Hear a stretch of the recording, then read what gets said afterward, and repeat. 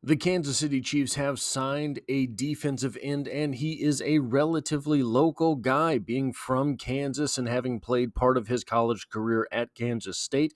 And the Chiefs have done this a couple times with the late addition moves in training camp, which is sort of an interesting idea if you're talking about a guy who is unlikely to make the 53 anyway. But I do want to say here, and I think that is the case with Nate Matlack, that I don't think he's going to make the 53. Probably should be obvious coming in so late, probably should be obvious being a UDFA that is being added in the middle of August. But I do want to say that I think he has some tools, and I think that he could be a practice squad guy. He could develop. I think that he definitely has NFL potential here. Now, why are they adding a defensive end to the room? Well, Deon Bush was put on the IR. His season is over. He had a season-ending Achilles injury, and that is rough for a guy that is now over 30. Hopefully he comes back, has been a big-time contributor for the Kansas City Chiefs and a special teams guy that goes way back with the franchise. But also, Janarius Robinson, I believe, is on the IR now too, with his ankle issue. I'm not sure if it's the long-term IR or the short-term IR, but you have the opportunity to add at least one guy to the 90-man roster. You do it. I think they will have the opportunity to add a second guy depending on the length of the Janarius Robinson injury. And indeed, if you were seeing the Kansas City Chiefs bring in a defensive end, you would think that that would be in response to his injury as opposed to Deon Bush being himself a defensive back. Now let's get into who is Nate Matlack. Well, you see his RAS screen or his RAS score on the screen right now. I had forgotten I did some pre-draft work on Nate Matlack. I had I think it was at least twice, put him on the Kansas City Chiefs as a UDFA in the mock draft process, and you see on your screen exactly why. So if you don't know, I do mock drafts during the season to try and keep up on some of the draft stuff, and sometimes, well, that pays off. Here we have a defensive end from Pitt. That's where he ended his college career. 6'4" and 7/10, so he's basically 6'5", 254 pounds, light there, but he does have the frame that he could put someone. I don't know if he necessarily has the game that he would want to put on fat, but it's always an option. Just ask me. Arm length of 33 and 1/8 inches. Good arm length there. 10 and 1/4 inch hands. Good size. And you see his overall score of 9.62. That is a really good score. A 4.75 40-yard dash, score 7.93 out of 10. Really good 20-yard split, at 2.74, and then a quick 1.65 10-yard split as well. But then we get into some really impressive numbers with the explosion and the agility scores. You see a 36.5-inch vertical leap. That's a 9.24 out of 10. A 10-foot 2-inch broad jump, 8.97 out of 10. A short shuttle of 4.3, which scores an 8.81, and a 3-cone drill of 7.1, which scores 8.45 for the defensive end position. He was projected to be a UDFA. He was the number 492 overall player by Draft Buzz, the number 86 defensive end. None of those numbers are impressive, right? But that is not what is important moving forward. What is important moving forward is what he does inside the building. Because football is a very interesting sport from the fact that you can always make yourself into a better football player. You can't grow yourself taller on the basketball court. It's very difficult to build the hand-eye coordination necessary to hit a fast ball, but you can always get bigger. You can always get stronger. You can Certainly, maybe not work on your 40. It's very difficult to improve a 40 over some of the athletic things with which you are born, but that 10-yard split is definitely improvable. Things like that. Played 51 games at the college level and had 1,556 snaps during his college career. I don't always show those things, so why am I doing it now? Well, there's not a whole lot out there on Matlack. Matlack was not a great big sack guy in college. Pause. He was not a guy that put up a lot of stats in college. And, that is not that makes it difficult to find out about him. That kind of makes it a little difficult to scout him if you are an NFL scout, but it does not mean that he is impossible to find once you start looking very hard at the tape. And you will notice he played college football with Brandon George, so obviously their Pitt scout is doing extra work.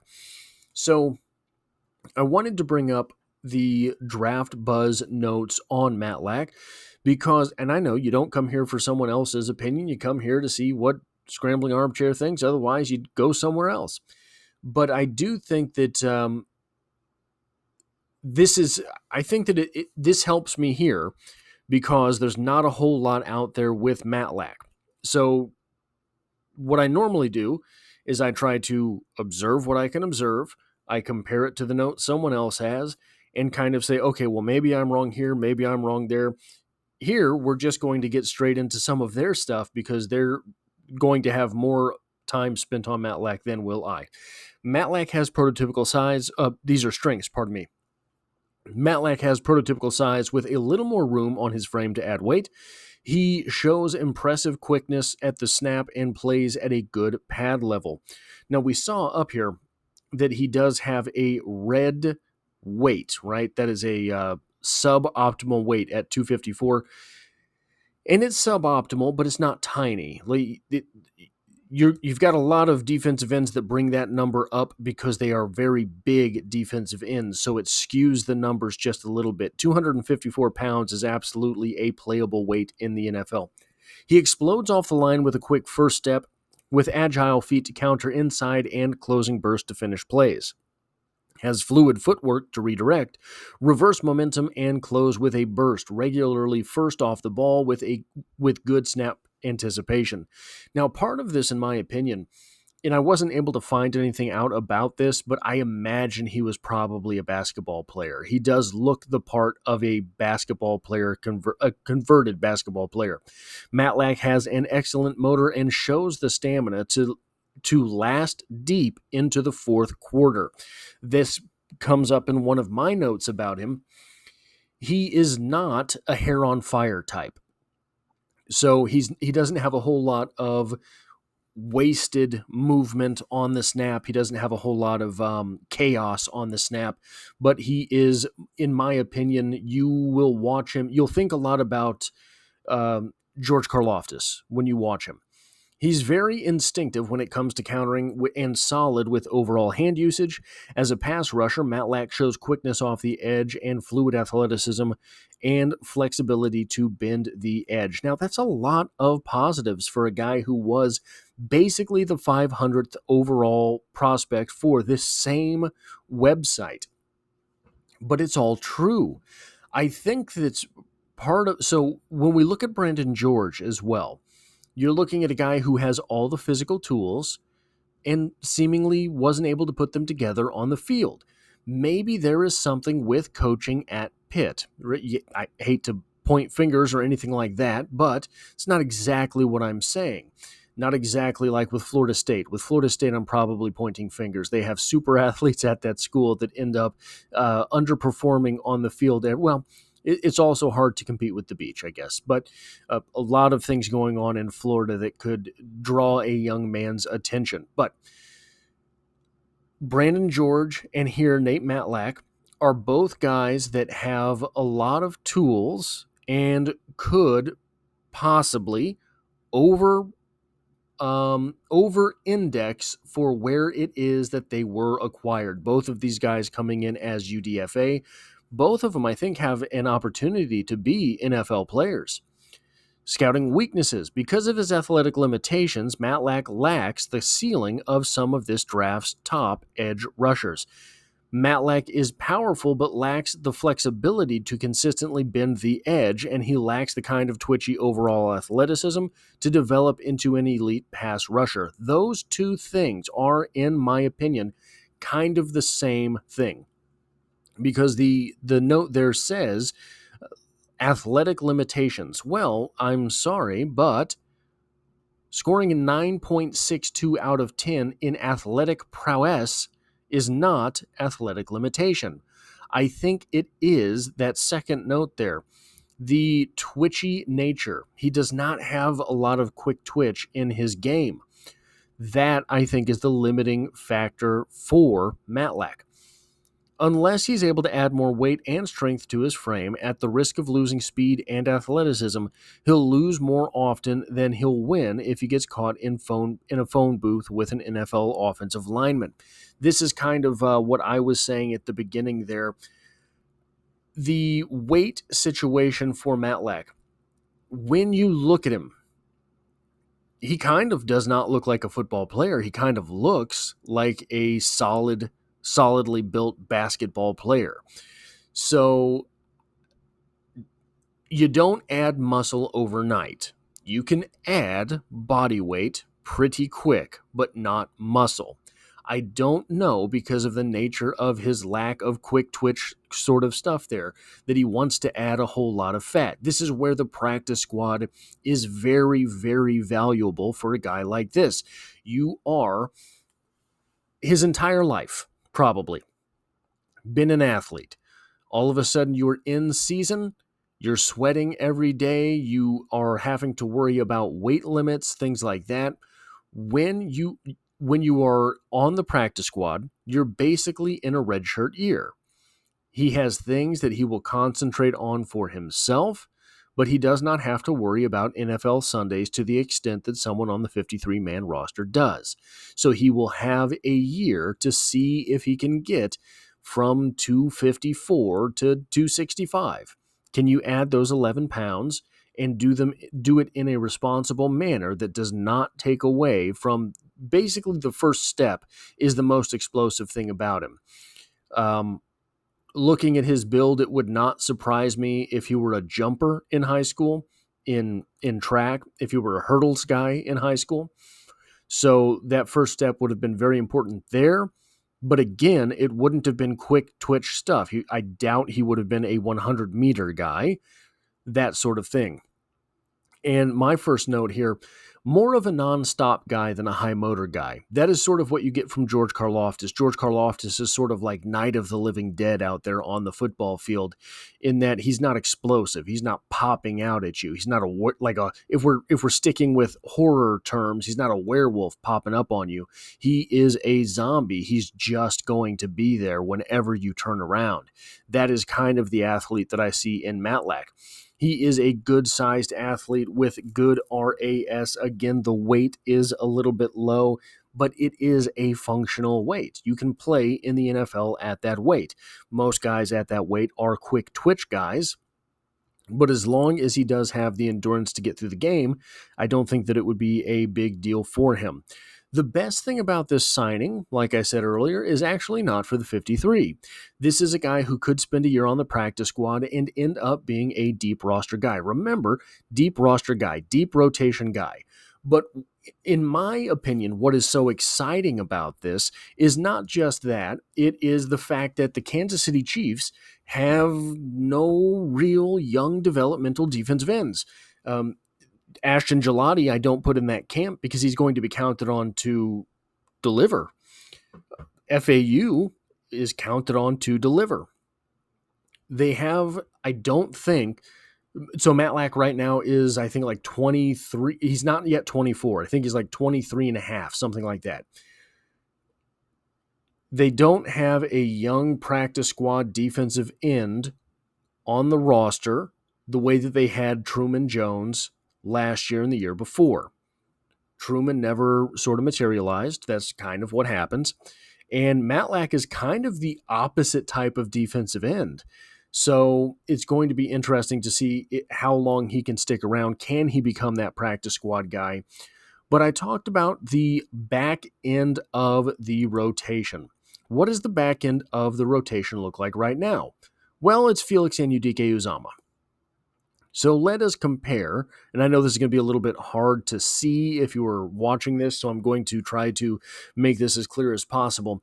But let's do a comparison between FAU and Matlack. So Matlack there obviously has almost an entire point over FAU's 8.73 in the RAS score. So basically an entire point better out of 10 in that capacity. Now, FAU has longer arms at 33.5 versus 33 1/8, but they're not terribly longer, right? You're looking at a little less than a half an inch of advantage for FAU. But in hand size, FAU's hands are 9 5/8 inches versus the 10 1/4 for Matlack. FAU is over about an inch and a half shorter than Matlack as well. They're about the same weight. FAU came into the NFL at 255. Matlack here is 254. Now, FAU didn't do the speed stuff. This is one of my beefs with the RAS system, is that people who just skip something, skip the 40, very important on a football field, your speed, he doesn't get penalized for it. He gets graded off the things that he did do. This is problematic for the system overall, but this is also one. So what was FAU coming out of college? He was a first-round draft pick because he was a high motor guy. That's kind of what got him into the discussion for the first round. But he was a pass rusher. You were looking for someone to get after the quarterback. When a pass rusher refuses to do a 40-yard dash and you have no idea what his 10-yard split is, it becomes a lot more of a gamble. That is what we got with FAU. It seems that what we are watching here, maybe FAU develops this year, but it is the downside to trusting just the tape. The vertical leap, Matlack has 2.5 inches over the 34-inch vert from FAU. FAU beat Matlack by 2 inches in the broad jump. But then we have what was maybe the most compelling thing about this for me when you are comparing these two athletes. The big thing about FAU coming out of college was he had that bend. He had the bend you like to see in an edge player because he's going to be able to turn the corner for sure. Part of the bending the corner for sure is reflected in the shuttle scores. And indeed, FAU had good times in those shuttle scores. You see great green there. The color for a great number is green, and elite number is green there. A 4.34 short shuttle for FAU scores 8.11 out of 10. Very impressive time. If you will remember, Matlack's is better, 4.30. That is 4/100ths better in a drill than FAU. However, FAU does take the 3-cone drill, but not by... It's a pretty wide margin for the times there, but not something embarrassing for Matlack. FAU had a 6.94 3-cone drill, which scores 9.57 out of 10. Matlack's was 7.1. Not all that shabby. It scores 8.45 out of 10. So, Janarius Robinson, it's tough to lose him because he did flash in that first preseason game, right? He looked pretty good coming around the edge. He looked like he was playing with some hustle.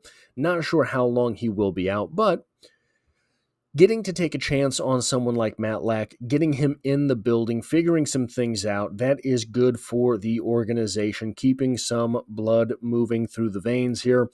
And when you compare him straight up with FAU, just the athletes that they are, Matlack is right there on par with most things, and he is better in other things. I do think that this could be, once again, a practice squad guy for the Kansas City Chiefs. He has some tools on the football field, and that's kind of what you're looking at for the bottom of the roster.